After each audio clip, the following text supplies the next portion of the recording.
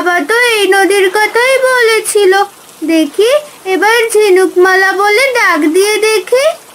ঝিনুকমালা, ও ঝিনুকমালা, ঝিনুকমালা, তুমি কোথায়? এ কি, তুমি কে? তুমি আমার নাম ধরে ডাকছো কেন? আমি তোমার বন্ধুর মেয়ে টুম্পা গো। তোমার বন্ধু আমার বাবা। আমার বন্ধুর কি হয়েছে? সে কেন আসেনি? আমার বাবার খুব জ্বর, তার কাজও নেই। এদিকে এক দুষ্টু কসাই আমাদের পচা মাংস দিয়ে বাকি টাকাগুলোও নিয়ে গেছে। আমরা যে খুব বিপদে আছি। আমি তোমাদের সমস্যাগুলো বুঝতে পেরেছি। দাঁড়াও, আমি তোমাকে একটা ঝিনুকের খোলস দিচ্ছি। এটা তো অনেক বড় একটা ঝিনুকের খোলস, কিন্তু এই খালি খোলস দিয়ে আমরা কি করব? তোমাদের কিছুই করতে হবে না টুম্পা।